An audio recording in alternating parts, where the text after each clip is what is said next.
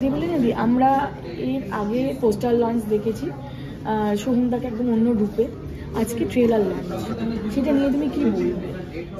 Poster লঞ্চটা কিরকম অন্যরকম হয়েছিল না, লাইভ পোস্টার লঞ্চ। আমি তো এখানে প্রথমবার দেখলাম, ইনফ্যাক্ট আমি দেখলাম লাইভ পোস্টার লঞ্চ যেটা বহুরূপের ক্ষেত্রে হয়েছিল, যে সোহমের ছবির জায়গাটাতে আমরা জ্যান্ত চরিত্রকে দেখলাম, সেটা আমি তো প্রথমবার দেখলাম, সেই জন্য আমার খুবই অভিনব লেগেছে ব্যাপারটা।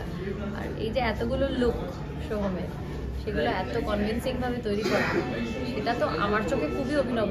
আমি ছবিটার ব্যাপারে খুবই উত্তেজিত, সেই কারণেই আর কি আমি এখনো দেখিনি ট্রেলারটা। আমি ভাবছি কখন দেখবো। এমনিতে আমি ছবিটাতে আছি বললে একটু ভুলই বলা হয়, এবার নেই বললেও ভুল বলা হয়, কারণ আছিও না নেইও না, মানে চোখের পলক ফেলতে ফেলতে আমার সিনটা শেষ হয়ে যাবে ছবিতে। কারণ এই ছবিটাতে আমাকে শুধুমাত্র ইন্ট্রোডিউস করে রাখা হয়েছে, এইটার যে পার্ট 2 ভাবা আছে, সেই গল্পটা আমি জানি আর কি। সেটা শুনেই আমার এই ছবিটাতে রাজি হওয়া। আমার চরিত্রটা, মূল যে গল্পটা আমার চরিত্রের, সেটা ছবিটার পার্ট 2-তে রয়েছে। কিন্তু সেই চরিত্রটাকে পার্ট 1-এ শুধু মুখোমুখি করিয়ে দেওয়া হয়েছে একবার দর্শকের সঙ্গে। সেই মুখোমুখি সিনটাও খুব ভালো লেখা একটা scene, very well written scene.